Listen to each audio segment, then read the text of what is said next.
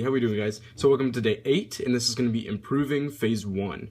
I do apologize for the lateness of the video, but I was a little bit busy. So here are just some tips, but what you should be working on for the most part when you are at this speed. It's sort of, when you think about improving, you think about breaking barriers, so this is probably going to be around the sub 30 barrier. But for the most part, when you think of just breaking this barrier, you literally, it's just practice. From 2 minutes to 30 seconds, it's all practice. If you can, like, I could do completely beginner's method at this speed, or at my current speed, and 30 seconds would probably not be a problem for me for luck. But with beginner's method, it's a little tougher, but the thing is, you need to be able to switch to F2L. This is, in my opinion, the hardest transition because F2L is extremely difficult to learn. But if you have tenacity and you have the willingness to learn it, it is all fine. So you need to basically learn F2L, know basically cross to PLL, and you'll be completely fine. So I'm going to do some example solves of how you should exactly be going about solving your cube. And it's just about the same way that an expert would solve his or her cube, but this is just how a 30-second solver would probably solve. Looking at this scramble, I have here, and I have these two pieces, so I have both parts of my cross, and then I have this piece over here. So basically what I know is that if I insert this here, then that'll be completed. So the way I probably would have done my cross when I was at this speed, I wouldn't do move cancellation, so I basically do move this to the side, make these opposites, and then I only have one more cross piece, so I would go probably rotate like this and insert like that, or sorry, not like that, like this, and then do a D2, and I have my cross. And then I wouldn't really be able to see my first pair, but I do see this one right here.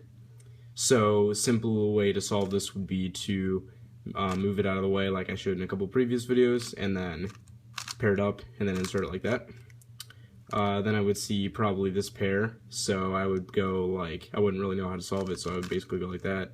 I see this, move it over, insert it, and then maybe rotating a little bit and then seeing this pair, so pair it up like that, and then third pair. So this pair here, so basically do that, and then pair it up this way. And I got an OLL skip because I was extremely lucky. I did not plan for that, but I did. And then basically do an A perm because I have my headlights over here. So, and then a U perm.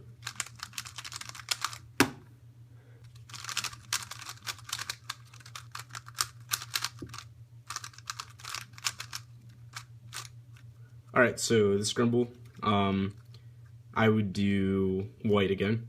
So I would see that this is already in the slot, and then if I put this over and put this down, then I would have the same thing I had last time, and then put this, because they're opposites, just put that down, do a D prime, and then do that. And I'm a bit lucky because this pair is made. I did not plan on that, so insert first pair. Now I have my broken up pair here, so pair it up like that, insert. Now I have this case, which is an extremely common case, and I think even for a beginner, they would know this. So I would think insert it like this. And then I would see this pair, and there's a bunch of ways you can do this, but I think with all the rotations that you could do, you could just do double sexy and pair it up that way. And then OLL, and then I see this headlights case.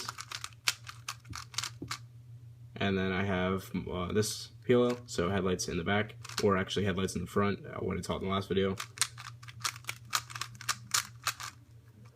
And then another U-perm.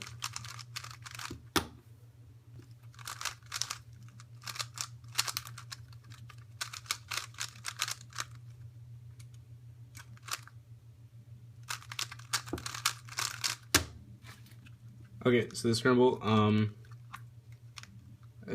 would do white, and I'll basically see that this is in place.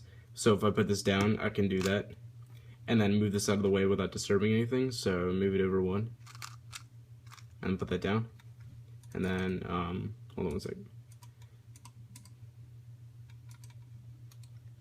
So now I would see this, so I would move this down and pair it up, insert in the back.